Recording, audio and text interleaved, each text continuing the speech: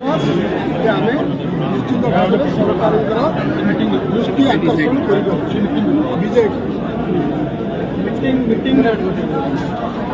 भाई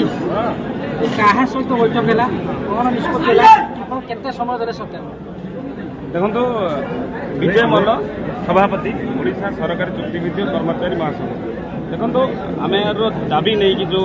सेप्टेम्बर 11 राजी होता आम राज्य सरकार से 15 दिन समय देते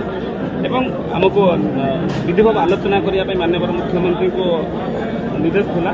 आम आज आसलु आम सबू जिलार सभापति विभिन्न संगठन नेतृत्व माने आज माननीय मुख्यमंत्री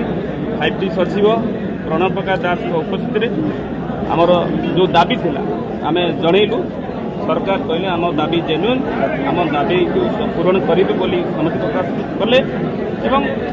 यहाँ बहुत जल्दी प्रकाश करेंगे बोली कहते आमर विश्वास जे आमर जो दाबी अच्छे सरकार पूरण करेंगे बहुत जल्दी।